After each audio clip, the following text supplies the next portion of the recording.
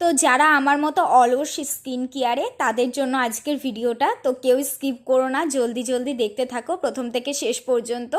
তো দেখো, ফার্স্টে আমি এখানে নিয়েছি কিছুটা পরিমাণ হলুদ আর কিছুটা পরিমাণ টক দই। তো লোটাসের ক্রিমের কোটোতে আছে বলে ভেবো না যে ওটা লোটাসেরই ক্রিম। দুদিন আগে আমার বাড়িতে চিকেন এসেছিলো, তাই জন্যে আর কি টক দইটাও এসেছিলো।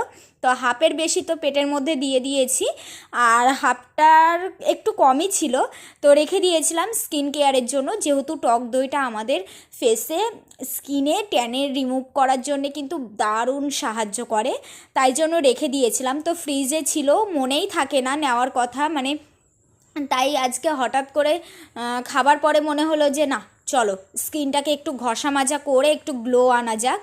তো দেখো বসে পড়েছি। আমি কোনো ঝামেলা করতে একদম পছন্দ করি না। দেখো কোনো রকম মানে হলুদের গুঁড়ো আর টক দই দিয়ে স্কিনটাকে কত গ্লো বানিয়ে ফেলে।